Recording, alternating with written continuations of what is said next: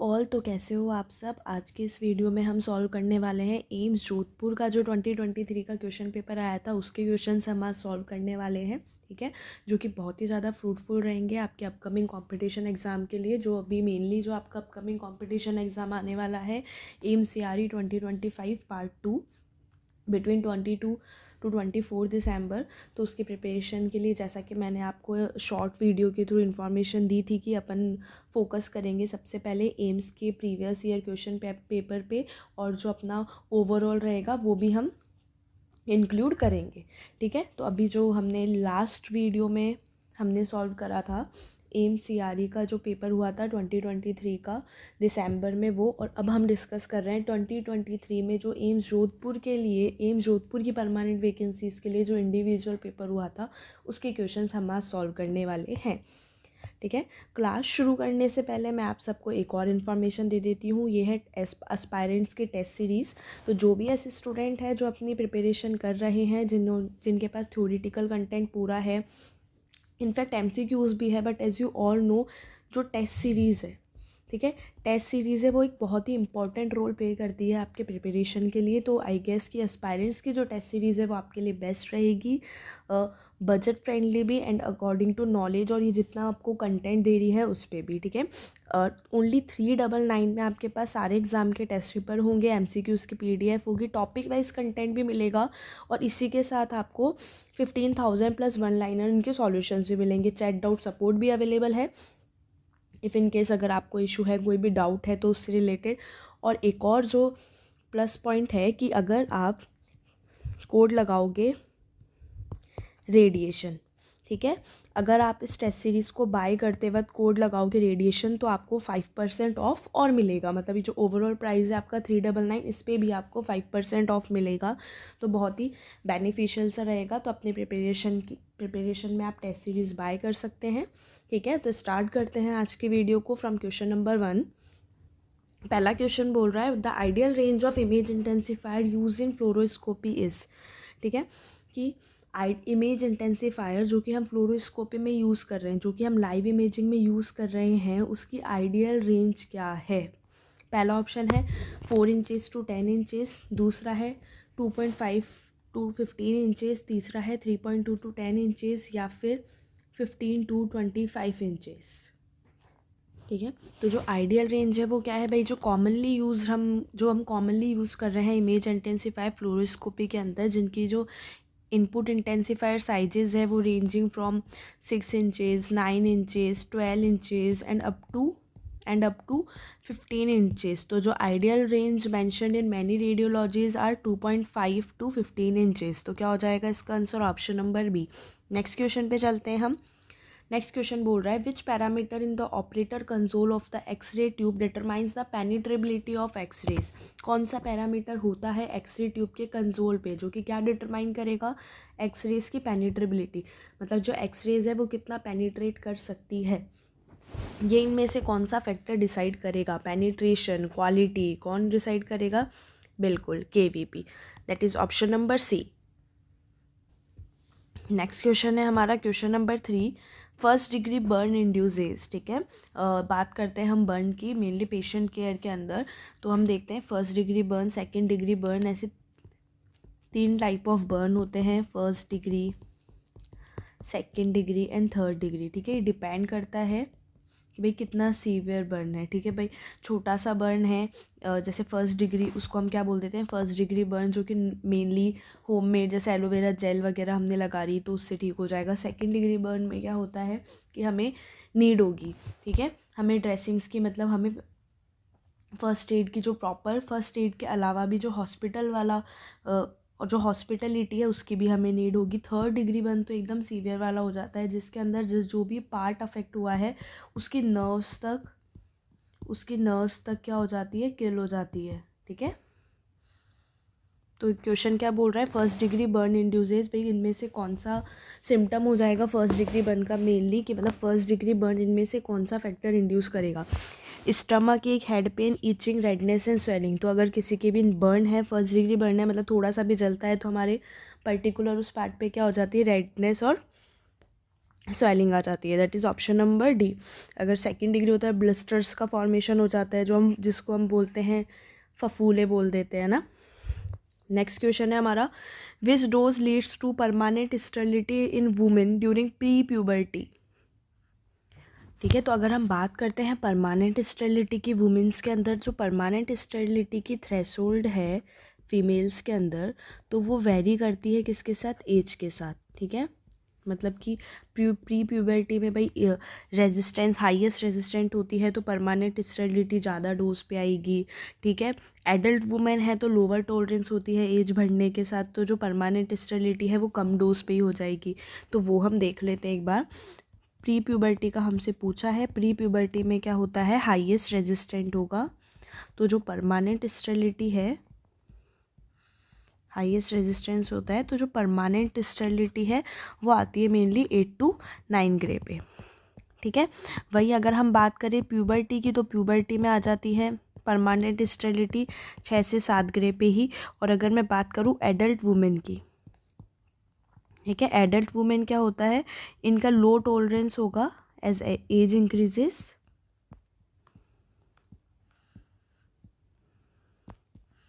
ठीक है, तो एडल्ट वुमेन के अंदर कितनी हो जाती है टॉलरेंस, कम होती है, कितनी होगी 2.5 to 6 gray for permanent sterility. ठीक है, क्लियर है। नेक्स्ट क्वेश्चन पे चलते हैं। Question number 5, exposure to dose of 2.5 to 5 gray leads to which syndrome. अगर किसी भी पर्टिकुलर पेशेंट को या फिर जो भी एक पर्टिकुलर पर्सन है उसको 2.5 से 5 ग्रे तक का एक्सपोजर हुआ है, ठीक है, इतनी डोज उसको लगी है, तो इनमें से कौन सा सिंड्रोम अराइज हो सकता है, सेरेब्रोवास्कुलर, हेमेटोपोइटिक, प्रोड्रोमल या फिर गैस्ट्रोइंटेस्टाइनल। तो भाई जो डिफरेंट डोज है वो different acute radiation syndromes produce करती है। अगर क्वेश्चन में हमें डोज रेंज मेंशन करी है, मतलब कि 2.5 to 5 ग्रे, तो इस पे कौन सा सिंड्रोम होगा, तो इस पे तो होता है हमारा हेमेटोपोइटिक सिंड्रोम। ठीक है, कौन सा होता है, हेमेटोपोइटिक सिंड्रोम। क्या हो जाता है इसमें, बोन मैरो का सप्रेशन हो जाता है, बोन मैरो सप्रेशन हो जाता है, वाइट ब्लड सेल्स डिक्रीज़ हो जाएगी, प्लेटलेट डिक्रीज़ हो जाएगी, इन्फेक्शन हो जाएगा, हेमरेज हो जाएगा। ठीक है, अगर हम बात करें सेरेब्रोवास्कुलर की, तो जो सेरेब्रोवास्कुलर में जो डोज है मोर देन 20 to 30 ग्रे, मतलब 20 से ज़्यादा, 20 से 30 ग्रे के बीच में डोज लगती है तो सेरेब्रोवास्कुलर सिंड्रोम आएगा। बात करें हम गैस्ट्रोइंटेस्टाइनल की, तो गैस्ट्रोइंटेस्टाइनल की रेंज क्या हो जाती है, वैसे जो सेरेब्रोवास्कुलर है, ठीक है, जो सेरेब्रोवास्कुलर है जनरली एक्सेस ऑफ 10 ग्रे, ठीक है, 10 ग्रे से ज़्यादा में भी हो जाता है, but sometimes specified as 20 to 30 gray because it leads to death within the days. ठीक है, प्रोड्रोमल के अंदर क्या हो जाता है, प्रोड्रोमल सिंड्रोम इसके अंदर आ जाते हैं मेनली एनवीडी कौन से सिम्टम्स हो जाते हैं, नोजिया, वॉमिटिंग, डायरिया। ठीक है, ये it appear soon after exposure, ठीक है, to a significant dose of radiation. इसका कोई डिस्टिंक्ट सिंड्रोम नहीं है, इसमें क्या हो गया भाई, नोजिया, वॉमिटिंग, डायरिया हो गया, तो जैसे क्रोमोसोमल अबेरेशन हो गया जो कि भाई मोर देन 0.1 ग्रे पे ही हो गया। ठीक है, 0.1 ग्रे से थोड़ा ज़्यादा गया तो ये सिम्टम्स आ गए बेसिकली पेशेंट्स के अंदर। गैस्ट्रोइंटेस्टाइनल सिंड्रोम की अगर मैं बात करूँ तो इसमें क्या हो जाता है 5 to 20 ग्रे। ठीक है, तो क्या हो जाता है, अगर 0.1 से 2 ग्रे की अगर मैं बात करूँ तो इसको तो हम मान लेते हैं प्रोड्रोमल सिंड्रोम जिसके अंदर एनवीडी, क्रोमोसोमल एब्रेशंस ये सब आ जाते हैं। ठीक है, और अगर मैं बात करूँ हेमेटोपोइटिक की, तो हेमेटोपोइटिक की रेंज हो जाती है अब 2 से 5 ग्रे, है ना। इसके बाद हम जाते हैं गैस्ट्रोइंटेस्टाइनल की तरफ, तो इसकी होती है 5 से 20 ग्रे। फिर हम इसकी तरफ फिर जाते हैं हम सेरेब्रोवास्कुलर की तरफ और इसकी होती है 20 से 30 ग्रे। तो ये एक्यूट रेडिएशन सिंड्रोम्स के जो टाइप्स हैं उसकी डोज रेंज है जो कि आप सबको याद रखनी है, मैंने बड़ी अच्छे से आपको बता दी है। नेक्स्ट क्वेश्चन पे चलते हैं। Question number 6, which component is higher in fat tissue than in muscle. इनमें से ऐसा कौन सा कॉम्पोनेंट है जो कि फैट टिश्यू में ज़्यादा होता है जब हम उसे कंपेयर करेंगे किससे, मसल से, मतलब मसल से ज़्यादा किस में प्रेजेंट है वो, फैट टिश्यूज़ में। तो कौन सा ऐसा कॉम्पोनेंट है, तो भाई बिल्कुल हाइड्रोजन। अगर हम बात करेंगे फैट टिश्यू के अंदर, तो फैट टिश्यू फैट क्या हो जाते हैं, फैट क्या होता है, मोर हाइड्रोकार्बन रिच, ठीक है, more hydrocarbon rich, that means more hydrogen, ठीक है। और मसल्स की अगर मैं बात करूँ तो मसल्स में क्या होता है, मोर ऑक्सीजन, ठीक है, मसल्स में क्या होगा, मोर ऑक्सीजन। नेक्स्ट क्वेश्चन पे चलते हैं। प्रिंसिपल अप्लाइड इन मैमोग्राफी, इनमें से कौन सा प्रिंसिपल है जो कि हम मैमोग्राफी में अप्लाई करते हैं, annihilation, Compton effect, photo electric absorption और पेयर प्रोटेक्शन। तो ये सब क्या है, ये चारों क्या है, interaction of radiation with matter के ये इफेक्ट है कि भाई एनिलेशन के अंदर क्या हो रहा है, एनिलेशन के अंदर एक जो क्या हो रहा है भाई, जो पहले मास है वो एनर्जी में कन्वर्ट हो रहा है and then energy converted into mass, that is annihilated कर रहा है कि भाई जो मास जब एनर्जी में हुआ तो जो पर्टिकुलर एक प्रोटोन है वो फिर से किसी इलेक्ट्रॉन के साथ कंबाइंड हुआ और उसने एनिलेशन रिएक्शन कर दी। कॉम्प्टन इफेक्ट क्या था, जिसके अंदर हम क्या कर रहे थे, कॉम्प्टन इफेक्ट के अंदर क्या था कि जो हम आउटर मोस्ट, ठीक है, आउटर मोस्ट शेल के या फिर जो आउटर मोस्ट शेल के इलेक्ट्रॉन है, जो ऑर्बिटल इलेक्ट्रॉन है उसके साथ इंटरेक्ट करेगा इंसिडेंट फोटोन, उसके साथ इंटरेक्ट किया, पार्शियल एनर्जी तो इसको दी आउटर मोस्ट शेल वाले को, ठीक है, पार्शियल एनर्जी इसको दी और पार्शियल एनर्जी से ये निकल गया, और जो बची हुई पार्शियल एनर्जी है उससे जो इंसिडेंट फोटोन है वो खुद निकल जाएगा, ठीक है, वो इजेक्ट आउट हो जाएगा।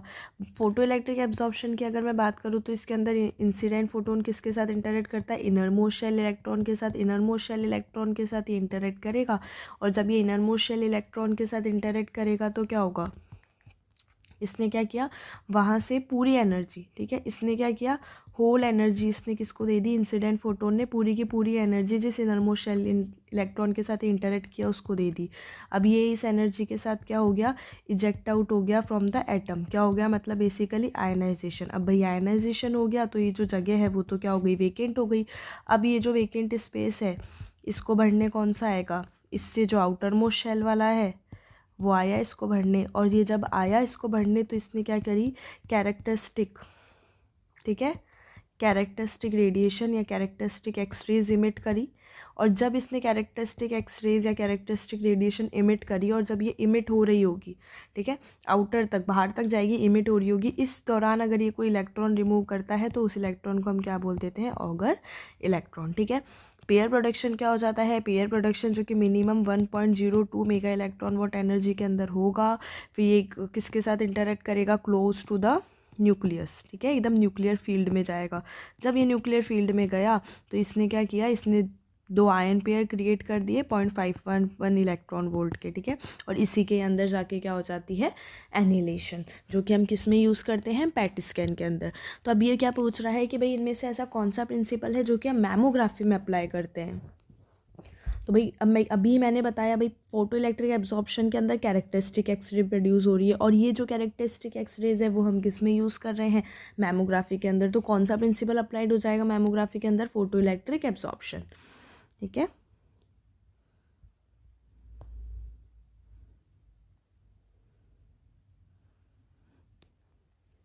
नेक्स्ट क्वेश्चन पे चलते हैं। Question number 8, in most adults brain weighs around, adults के अंदर ब्रेन का वजन कितना रहता है, 1 से 1.5 kg, 0.5 to 1.5 kg, 1 से 2 kg या फिर 0.5 to 2 kg।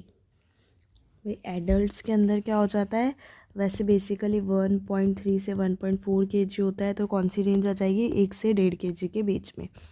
नेक्स्ट क्वेश्चन है हमारा, difference in densities between various point of the film is called, ठीक है। अगर एक फिल्म है और फिल्म के वेरियस पॉइंट पे, मतलब यहाँ पे डेंसिटी अलग है और यहाँ पे डेंसिटी अलग है, डेंसिटी क्या हो जाता है, density is directly proportional two degree of blackening of the film, जिसको हम किससे मेज़र कर लेते हैं, डेंसिटोमीटर से, ठीक है। तो डेंसिटी क्या हो जाती है, directly proportional two degree of blackening of the film, मतलब फिल्म कितनी डार्क है डेंसिटी उतनी है। तो ये डेंसिटी डिफरेंट है, मतलब कि मान लो इस पॉइंट पे तो क्या है कि जो फिल्म है वो क्या है, कम डार्क है, और यहाँ पे क्या है, यहाँ पे क्या है, मोर डार्क है। और जब भी फिल्म आपको ऐसी मिलेगी यहाँ पे कम है यहाँ पे जाए, तो हम क्या क्या बोलते हैं कि भाई कॉन्ट्रास्ट सेट करना है, कॉन्ट्रास्ट सेट करना है, ये बोल देते हैं। तो क्या हो जाएगा इसका answer option number D, that is contrast. Next question है हमारा, value of 1 atomic mass unit, एक एटॉमिक मास यूनिट के अंदर कितने केजी होते हैं। तो क्या हो जाएगा इसका आंसर 1.66 इंटू 10⁻⁻35 -40 -23 या फिर -30 kg। तो कितना होता है भाई, 1 atomic mass unit is equal to 1.66 into 10⁻⁻27 kg। तो क्या हो जाएगा इसका आंसर, ये जो ओके मिस टाइप्ड है ना, सॉरी, ठीक है मिस टाइप्ड है। सी वाले ऑप्शन को 1.66 इंटू 10⁻⁻27 कर लो और इसका आंसर क्या हो जाएगा option number C. Next question पे चलते हैं हम। Breast can be best image by, जो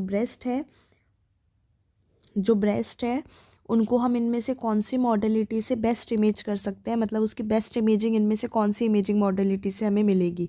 linear accelerator, super voltage x-ray machine, ortho voltage x-ray machine या फिर मैमोग्राफी। ठीक है, वही super voltage, ortho voltage, linear accelerator, ये तो सारी क्या हो गई, रेडियोथेरेपी की मशीन।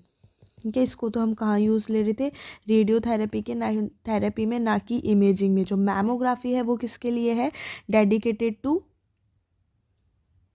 ठीक है, जो मैमोग्राफी है वो किसके लिए है, डेडिकेटेड टू ब्रेस्ट इमेजिंग।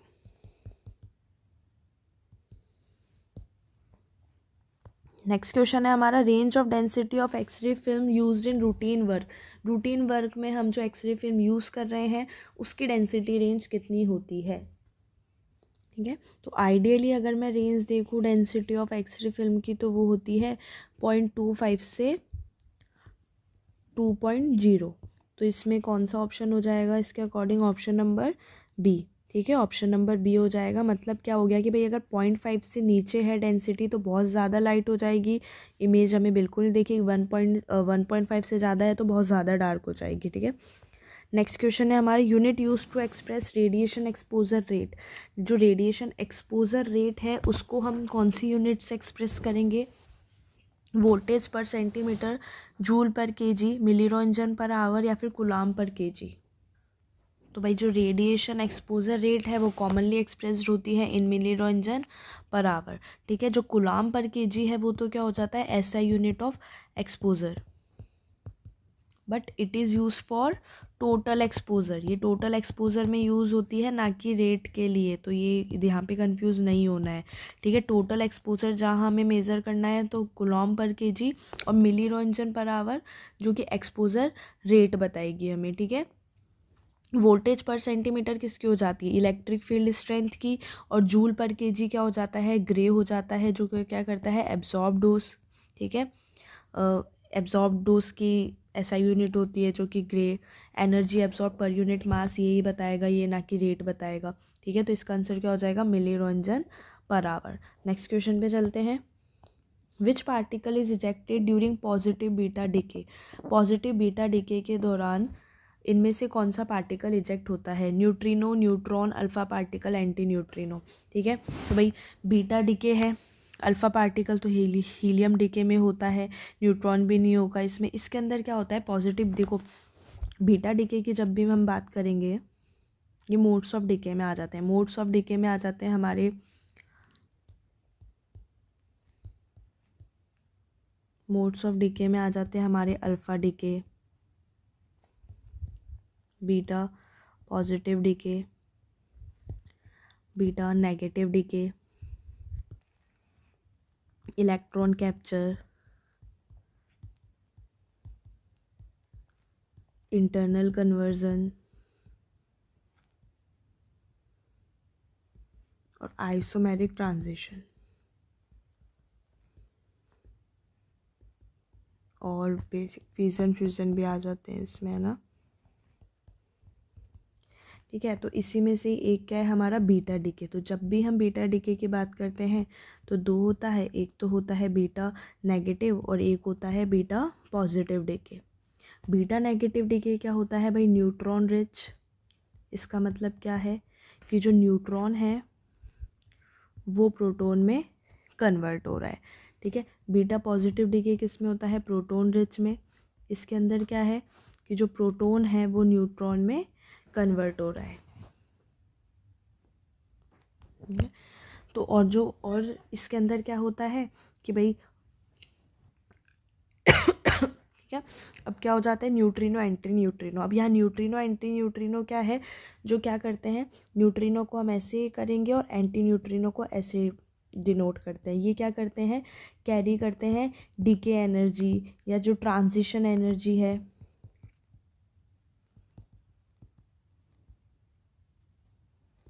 उसको। ठीक है, तो अगर मैं बात करूँ बीटा नेगेटिव डीके की, तो इसके अंदर तो होते हैं एंटी न्यूट्रिनो, और बीटा पॉजिटिव की तो इसमें होते हैं न्यूट्रिनो। तो इसमें क्या कौन से पार्टिकल इजेक्ट होंगे पॉजिटिव बीटा डीके के अंदर, दैट इज न्यूट्रिनो। ठीक है, नेक्स्ट क्वेश्चन पे चलते हैं हम। रिस्क पर gray in foetus radiation for developing childhood cancer. ठीक है, पर ग्रे मतलब कि जो डोज लग रही है उसके साथ फीटस को जो डोज लग रही है उसके साथ चाइल्डहुड कैंसर। ठीक है, मतलब भाई फीटस को चाइल्डहुड कैंसर होने के, ठीक है, चाइल्डहुड कैंसर होने के जो चांसेस है वो रेडिएशन डोज के साथ कितने बढ़ते हैं, कितना परसेंट बढ़ते हैं, 1.18%, 26%, 10% या फिर 30%। ठीक है, तो भाई जो रिस्क होगा चाइल्डहुड कैंसर का फीटस इरेडिएशन की वजह से,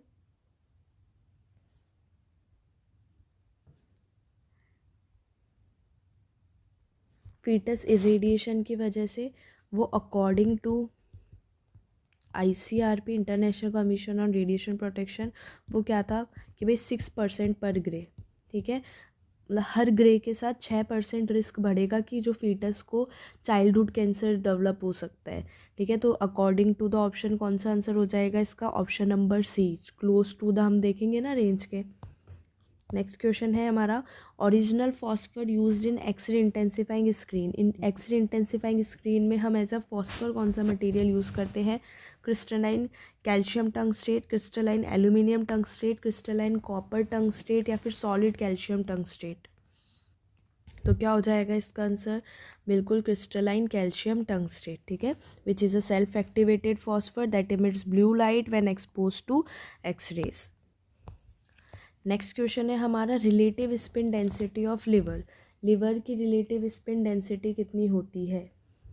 ठीक है, तो सबसे पहले आपको ये पता होना चाहिए कि भाई जो स्पिन डेंसिटी है क्या होती है। स्पिन डेंसिटी जिसको हम प्रोटॉन डेंसिटी भी बोल देते हैं, किसके अंदर होती है, ये MRI के अंदर। क्या होता है भाई इसके अंदर, क्या होता है प्रोटॉन डेंसिटी का मतलब, प्रोटॉन डेंसिटी का मतलब क्या बता रहा है ये, number of hydrogen per unit volume. ठीक है, number of hydrogen per unit volume, उसको हम क्या बोल देते हैं, प्रोटॉन डेंसिटी या फिर स्पिन डेंसिटी। तो relative spin density of liver, तो भाई अगर हम बात करें relative spin density of liver, अगर 1.5 टेस्ला MRI मशीन के लिए तो वो कितना हो जाता है, 95। That is option number A. Next question पे चलते हैं, gamma ray energy produce due to annihilation in PET CT imaging.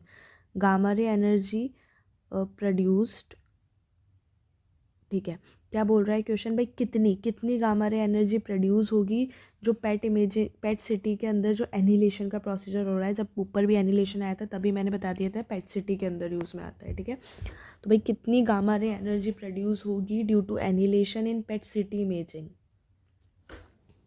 ठीक है, तो भाई गामा रे एनर्जी जो है when a positron from the radiotracer. ठीक है, जब पॉजिट्रॉन जो है रेडियो ट्रेसर से, वो जो रेडियो ट्रेसर से जो पॉजिट्रॉन निकला है, जब वो क्या करेगा, एनिलेट्स करेगा with an electron in the body during a PET CT scan, 2 gamma rays photons are produce, 2 gamma ray photons are produced with an energy of 500 kilo electron volt each.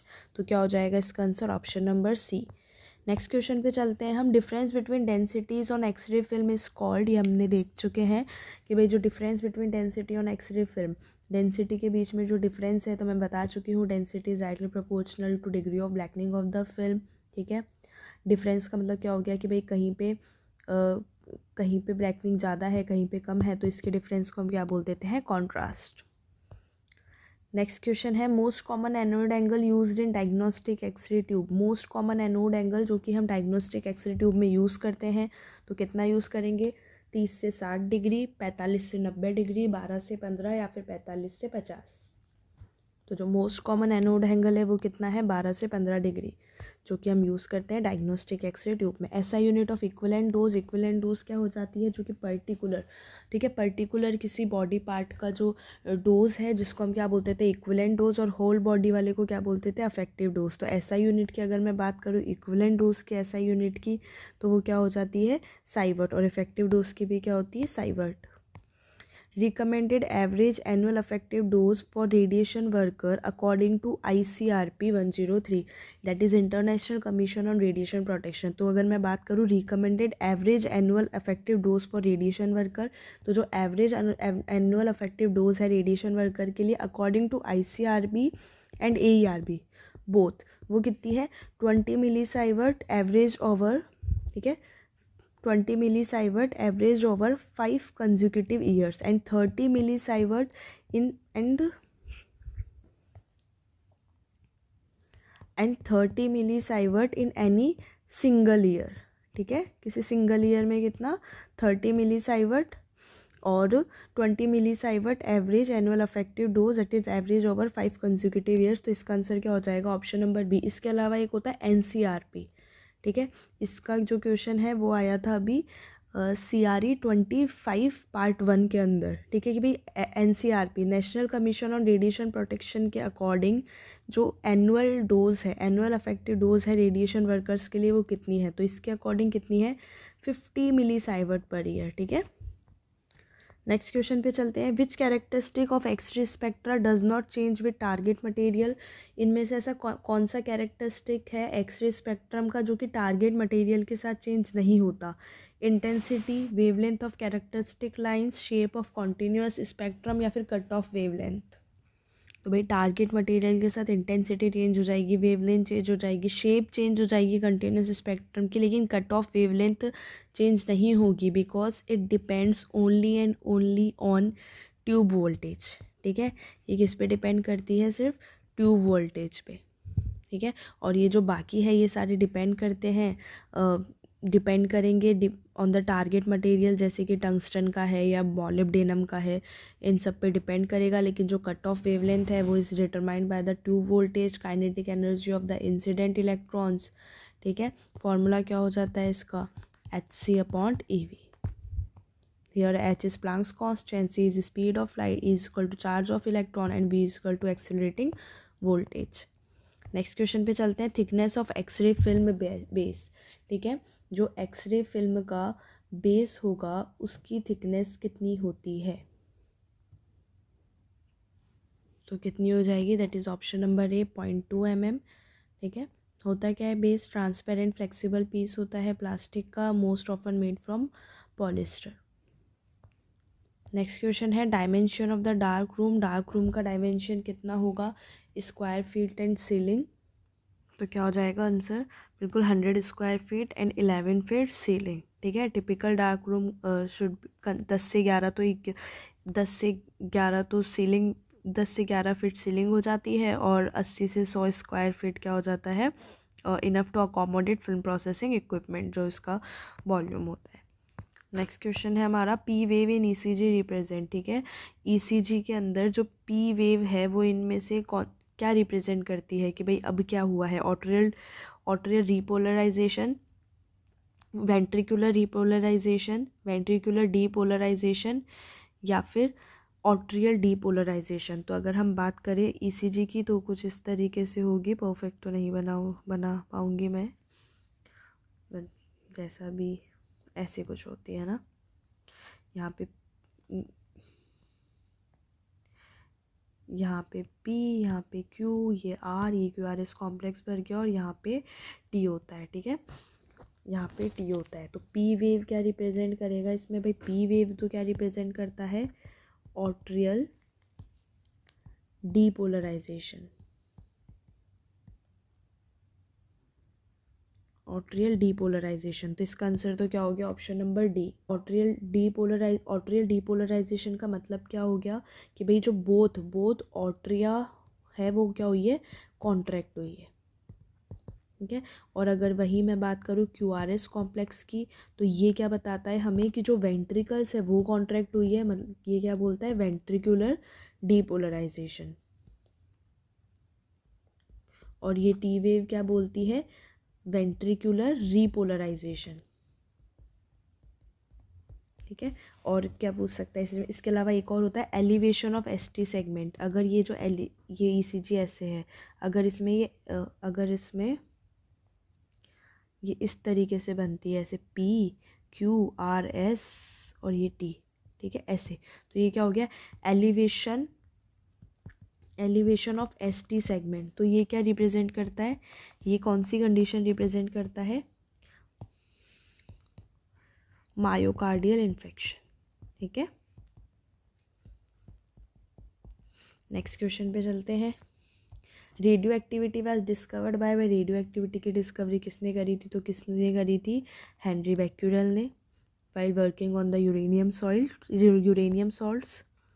Next question है, opening between right atrium and right ventricle is guarded by, भाई right atrium और right ventricle के बीच में इनमें से कौन से वॉल प्रेजेंट होते हैं, तो राइट ऑट्रियम और राइट वेंट्रिकल के बीच में कौन सी हो जाती है, ट्राइकस्पिड वॉल, ठीक है। देखो ऐसे याद करो, LLB, मतलब कि लेफ्ट ऑट्रियम और लेफ्ट वेंट्रिकल के बीच में तो कौन सी है, बाइकस्पिड वॉल। बाइकस्पिड वॉल का ही दूसरा नाम क्या है, मिट्रल वॉल, ठीक है। और जो राइट ऑट्रियम और राइट वेंट्रिकल के बीच में कौन सी है, राइट ऑट्रियम और राइट वेंट्रिकल के बीच में ट्राइकस्पिड वॉल। नेक्स्ट क्वेश्चन है हमारा, common contrast material in gastrointestinal tract. Gastrointestinal tract के अंदर हम इनमें से कौन सा कॉमनली कॉन्ट्रास्ट मटेरियल यूज़ करते हैं, तो पहला क्वेश्चन है कैल्शियम सल्फेट, दूसरा है कैल्शियम टंगस्टेट, तीसरा है लिथियम फ्लोराइड या फिर बेरियम सल्फेट। तो अगर हम बात करेंगे GI ट्रैक्ट की, तो इसके अंदर कौन सा यूज़ करेंगे हम, कौन सा करते हैं, बेरियम सल्फेट। देखो बाकी तो ऐसा कॉन्ट्रास्ट मटेरियल यूज़ ही नहीं हो रहा, जो बेरियम सल्फेट है वो most commonly use oral contrast है फॉर GI ट्रैक्ट स्टडीज़। क्यों है, GI ट्रैक्ट का मतलब ईसोफेगस, स्टमक, इंटेस्टाइन की स्टडी के लिए क्यों ये प्रेफर है, because it is radio OPEC है, तो एब्जॉर्ब कर लेगा एक्सरे को अच्छी तरीके से, ठीक है। इसके अलावा gives good mucosal coating,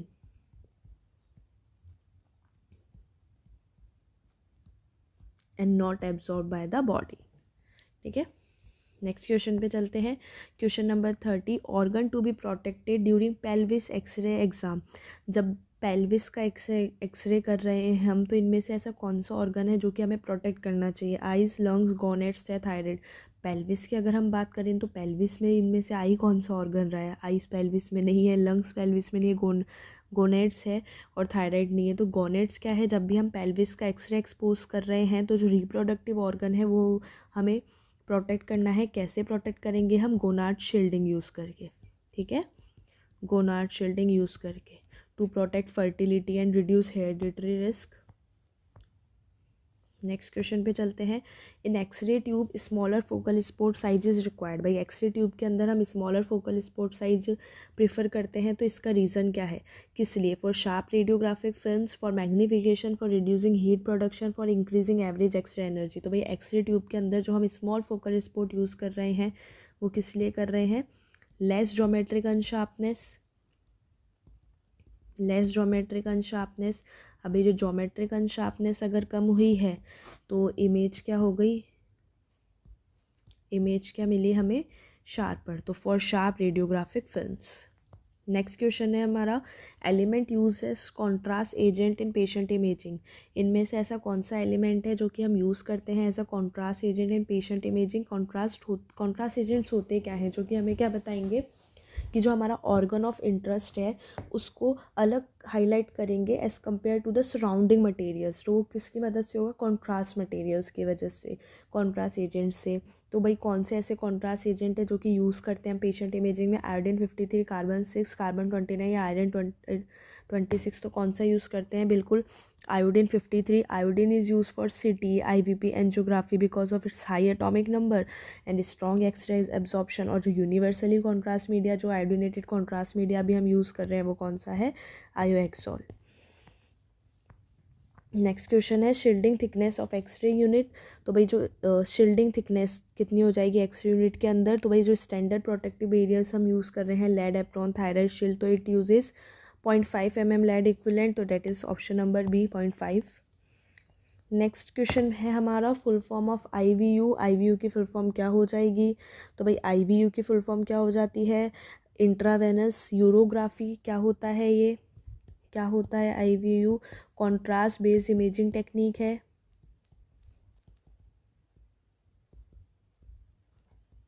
imaging technique है जो किसके लिए करेंगे हम? किडनी, यूरेटर और ब्लैडर को देखने के लिए. अब भाई किसी के दिमाग में आ रहा होगा ये तो IVP का काम है. तो भाई IVP का ही दूसरा नाम क्या है? IVP का ही दूसरा नाम क्या है? IVU. ठीक है, IVP है ये. और IVP का पूरा नाम क्या हो जाता है? Intravenous pyelogram. नेक्स्ट क्वेश्चन पे चलते हैं. Role of injective contrast during x-ray imaging. भाई हम कॉन्ट्रास्ट इंजेक्ट कर रहे हैं एक्सरे के दौरान, तो उसका रोल क्या है? क्या रोल प्ले कर रहा है contrast? Decrease sharpness, decrease x-ray absorption, increase x-ray absorption, या फिर allow more x-ray to pass. तो ये क्या कर रहा है भाई? कॉन्ट्रास्ट एजेंट है. जैसे कि आयोडीन, बेरियम हो गए, इनका हाई एटॉमिक नंबर है. हाई एटॉमिक नंबर है, ज़्यादा एक्सरे एब्जॉर्ब कर रहा है. देखो कॉन्ट्रास्ट एजेंट है जैसे कि हो गए आयोडीन और बेरियम, इनका क्या है? हाई एटॉमिक नंबर है, absorb more X-rays,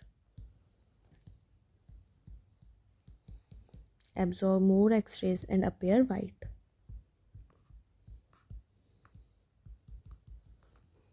next question पे चलते हैं. Cerebrovascular syndrome occurs due to exposure of. जो सेरेब्रोवास्कुलर सिंड्रोम है वो इनमें से कितने एक्सपोजर पर हो जाएगा? कितने एक्सपोजर पे हो जाएगा? 4 ग्रे, 0.5 ग्रे, 40 ग्रे और फिर 50 ग्रे. ठीक है, तो हमने देखा था जो सेरेब्रोवास्कुलर सिंड्रोम है वो occurs due to exposure of more than 20 gray पे, मतलब 20 से 30 ग्रे पे उस पे हो रहा था. तो इसका आंसर क्या हो जाएगा?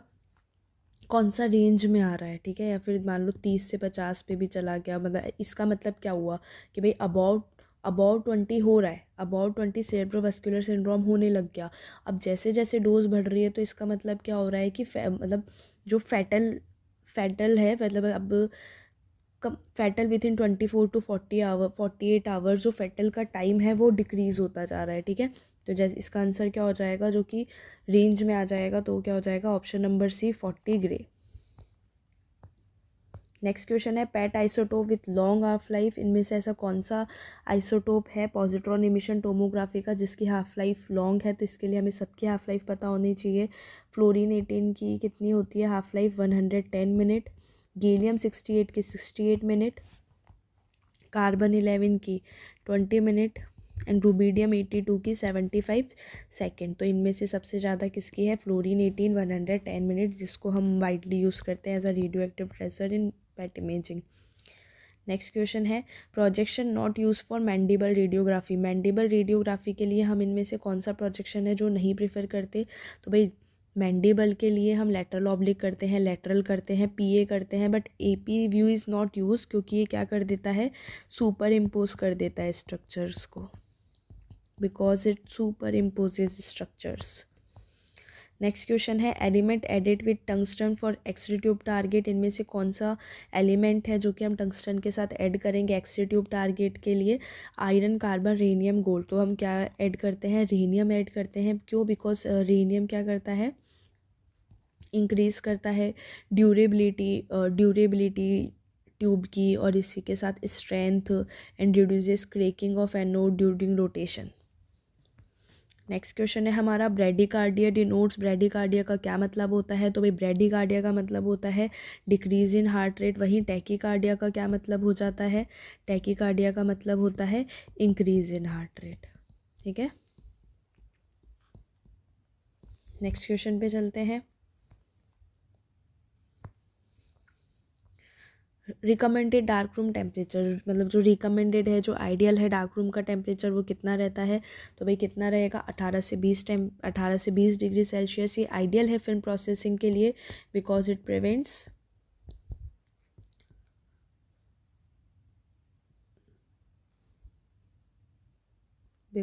Prevents fog and slows down chemical oxidation and slows chemical oxidation। Next question पे चलते हैं। X ray image intensifier increases brightness through. जो एक्सरे इमेज इंटेंसीफायर है वो ब्राइटनेस को इंक्रीज कर रही है किन किन वेज से? Magnification and flux gain, flux reduction, minification gain and flux gain, या फिर मैग्नीफिकेशन। तो अगर हम बात करें ब्राइटनेस गेन की, तो जो 2 वेज जो हैं ब्राइटनेस इंक्रीज के वो कौन से हो जाते हैं? मिनिफिकेशन गेन और फ्लक्स गेन। क्या हो जाता है इसके अंदर? बात करूँ फ्लक्स गेन की, तो इसके अंदर क्या हो रहे हैं? इलेक्ट्रॉन्स एक्सिलरेट हो रहे हैं। और मिनिफिकेशन गेन के अंदर large input screen and small output screen.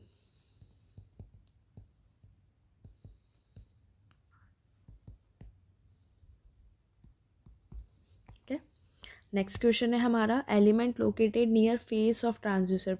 Transducer के फेस के पास इनमें से कौन सा एलिमेंट प्रेजेंट होता है? पीजोइलेक्ट्रिक क्रिस्टल, अमॉर्फस सिलिकॉन या कैल्शियम क्रिस्टल। तो क्या प्रेजेंट होता है? Piezoelectric crystal located just behind the transducer face, जो कि क्या कर रहा है? इलेक्ट्रिकल एनर्जी को साउंड एनर्जी में कन्वर्ट करेगा and vice versa.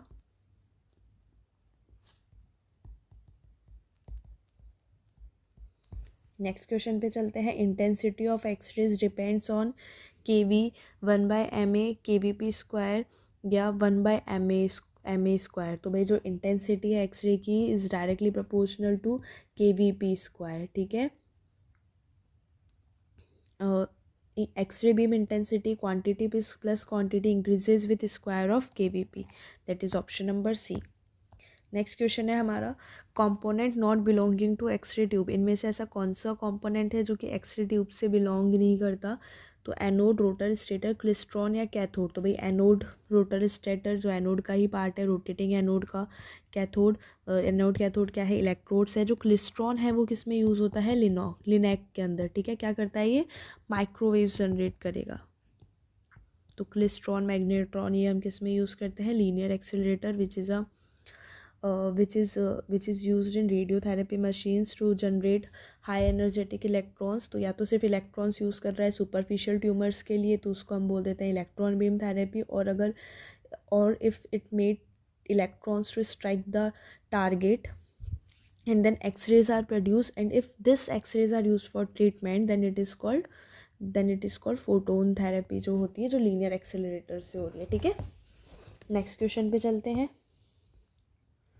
Electromagnetic waves use for detection in Geiger tubes. ठीक है, कौन सी इलेक्ट्रोमैग्नेटिक वेव्स है जो कि यूज्ड होगी for the detection in Geiger tubes? ठीक है, तो क्या हो जाएगा इसका आंसर भाई? X rays, light waves, microwave wave. Geiger Muller जो काउंटर है जो क्या कर रहा है? आयनाइजिंग रेडिएशन डिटेक्ट कर रहा है। क्या कर रहा है? डिटेक्ट कर रहा है। किसको है क्या ये? It is a area monitoring device, या फिर सर्वे मीटर भी कह देते हैं हम इसको। तो it is a area monitoring device. ये क्या डिटेक्ट कर रहा है? आयनाइजिंग रेडिएशन डिटेक्ट कर रहा है। तो एक्स रेज हो गई, गामा रेज हो गई, बीटा पार्टिकल्स हो गए, इन सबको।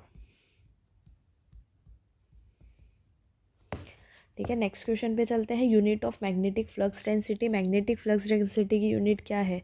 टेस्ला, कैंडेला तो क्या है? इंटेंसिटी की, हर्ट्स फ्रिक्वेंसी की, और पास्कल किसकी है? प्रेशर की। ठीक है, नेक्स्ट क्वेश्चन पे चलते हैं।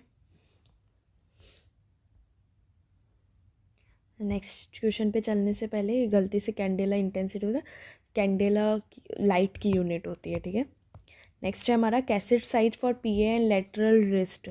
ठीक है, कैसेट साइज हम कौन सी प्रेफर करेंगे? पीए और लेटरल रिस्ट। ठीक है, रिस्ट का जब हम पीए और लेटरल व्यू करेंगे तो भाई कितनी साइज की कैसेट हम प्रेफर कर लेंगे तो कौन से करते हैं, 18 चॉइस, ठीक है। 18 × 24 centimetre is enough. Percentage reduction when 5 half value layers are use. कितना परसेंटेज रिडक्शन होगा जब 5 हाफ वैल्यू लेयर हम यूज़ कर रहे हैं, ठीक है। तो भाई एक HVL क्या कर रहा है, 50%। HVL जब हाफ लाइफ की हम बात करते हैं तो टाइम रिड्यूस होता है 50%। जब हम बात करेंगे हाफ वैल्यू लेयर की तो थिकनेस, क्या यूज है, थिकनेस रिड्यूस होती है 50%, ठीक है। तो भाई 1 HVL क्या कर रहा है, 50% डिक्रीज कर रहा है। अब भाई 5 HVL क्या करेगा, 1/2 की पावर n होता है, तो यहाँ पे n क्या हो गया, 5, तो 1/2 की पावर 5, सॉरी, ठीक है, 1/2 की पावर 5, 1/2 की पावर 5, 2 की पावर 5 मतलब कितना हो जाएगा, 32, और ये कितना हो जाएगा, 3.125% समथिंग। तो क्या हो जाएगा इसका answer, option number C, that is 3.1%। Next question है हमारा, rads per roentgen in bone at 100 kV photon energy, ठीक है। क्या बोल रहा है question, rads per roentgen in bone at 100 kV photon energy कितना हो जाएगा। भाई कन्वर्जन फैक्टर की अगर मैं बात करूँ बोन की, कन्वर्जन फैक्टर जो होगा बोन का वो क्या हो जाएगा, 0.87 इंटू जेड इफेक्टिव, ठीक है। तो 0.87 क्या हो जाता है, 0.87 मैंने बता दिया आपको कन्वर्जन फैक्टर है बोन का। कन्वर्जन फैक्टर का मतलब क्या हो गया कि भाई जो वन रोंजन है 0.87 radiation absorb dose in air, ठीक है। हम बात करेंगे अगर जेड इफेक्टिव फॉर बोन तो ये कितना हो जाता है 220। तो क्या हो जाएगा इसका आंसर, 0.87 इंटू 220 करेंगे तो क्या आ जाएगा, 191, that is option number A, ठीक है। और ये जेड एफ हमने कैसे निकाला है, एट जो बोन है वो एब्जॉर्ब कर रही है 220 टाइम्स एयर से ज़्यादा एनर्जी, 220 टाइम्स बोन का जो जेड है वो हाई होता है, एनर्जी एब्जॉर्प्शन बहुत ज़्यादा हो गया, तो जो बोन है वो एनर्जी एब्जॉर्ब कर रही है 220 टाइम एयर से ज़्यादा एट 100 kV पे, ठीक है। 220 टाइम एयर से ज़्यादा कर रही है एट 100 kV पे, ठीक है। नेक्स्ट क्वेश्चन पे चलते हैं, photostimulable phosphor used in CR, ठीक है। कौन सा फोटो स्ट्रीमेबल फॉस्फर है जो कि हम CR में कंप्यूटेड रेडियोग्राफी में यूज़ करते हैं। पहला ऑप्शन है लिथियम फ्लोराइड, दूसरा एल्यूमिनियम ट्राईऑक्साइड, मैग्नीशियम या फिर यूरोपियम एक्टिवेटेड बेरियम फ्लोरोहैलाइड। तो बिल्कुल कौन सा यूज़ करते हैं हम, europium activated barium फ्लोरोहैलाइड।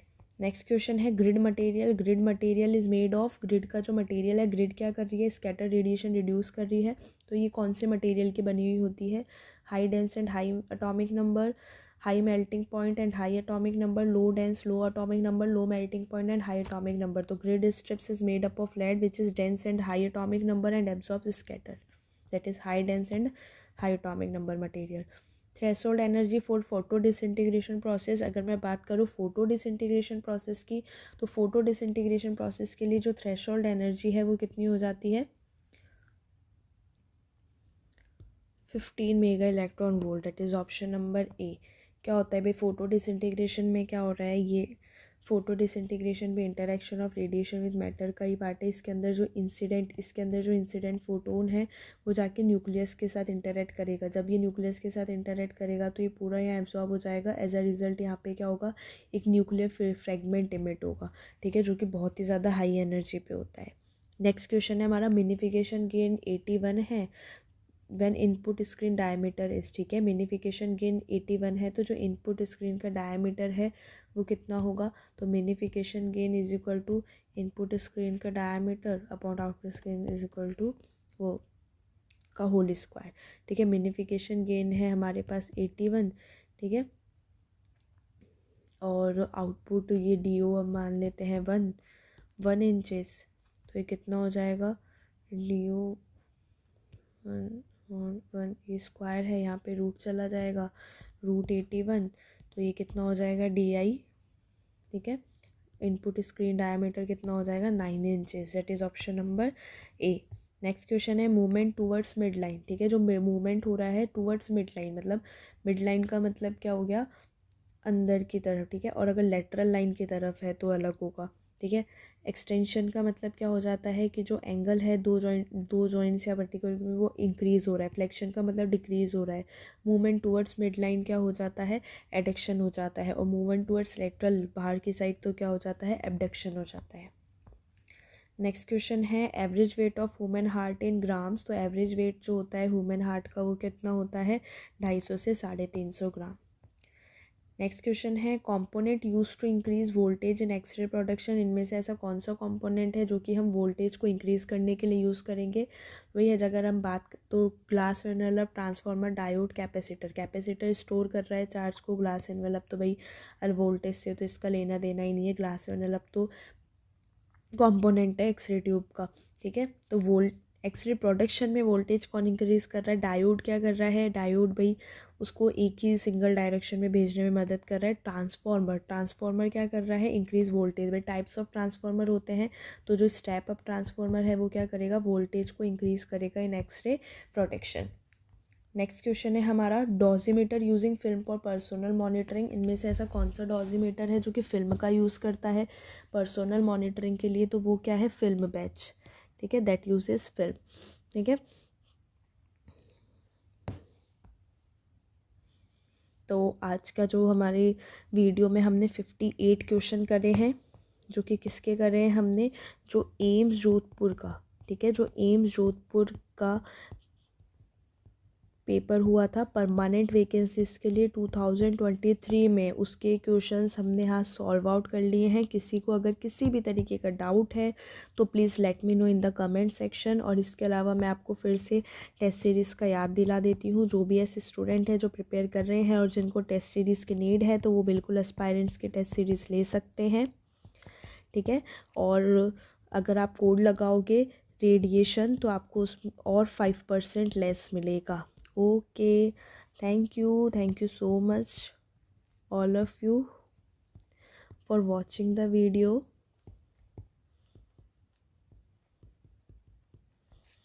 Like, comment, share and subscribe the channel. जो भी ऐसे स्टूडेंट है जो एम्स की प्रिपरेशन कर रहे हैं, आपके फ्रेंड्स वगैरह, आपके फैमिली में से, तो प्लीज़ उनको चैनल शेयर करें। Thank you.